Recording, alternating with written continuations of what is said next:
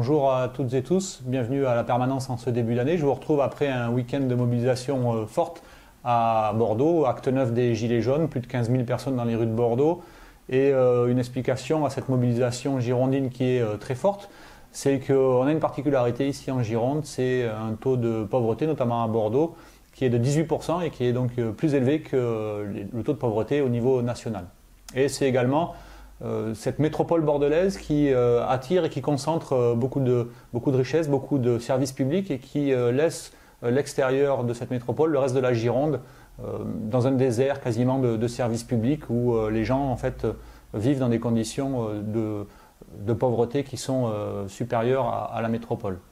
Il y a également une population précaire ici, ce sont les étudiants, plus de 100 000 étudiants dans la région bordelaise et avec des problèmes de logement qui s'appliquent à eux mais qui s'appliquent aussi à tout le reste de la population bordelaise. On a ici une volonté politique qui a été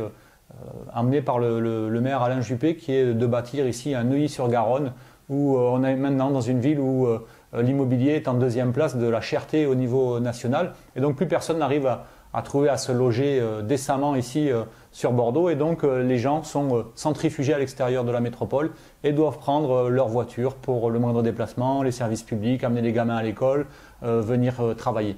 Donc c'est une des explications qui fait que la Gironde est très mobilisée sur ces gilets jaunes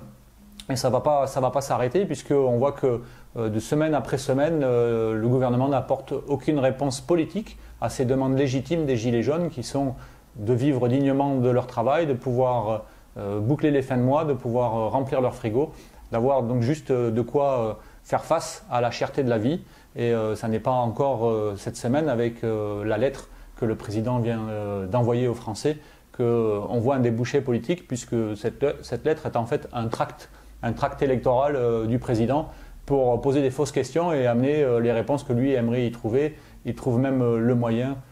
d'aller poser des questions qui n'ont pas été évoquées par les Gilets jaunes sur la laïcité, l'immigration, tout ça pour créer des faux débats et gagner du temps pour ne pas avoir à changer de cap, ce qu'il a dit, de toute façon, je ne bougerai pas ma politique et je continue comme avant, vous pouvez bien dire ce que vous voulez, je ferai ce que je veux de mon côté. Donc voilà pour cette mobilisation et cette rentrée sociale. Il me semblait important de vous apporter ces éclairages sur les problématiques bordelaises et girondines.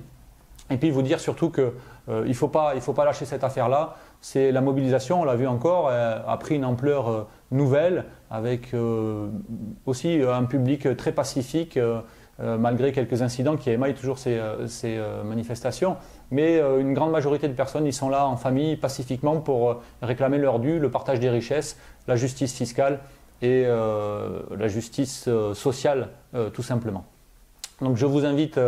à vous mobiliser aux côtés des Gilets jaunes, à les soutenir. Et je vous donne moi rendez-vous dès ce soir pour mes vœux. Ce sera retransmis aussi sur les réseaux sociaux et puis dans les prochaines échéances de ces mobilisations. Voilà, je vous dis à très bientôt, soyez prudents, portez-vous bien.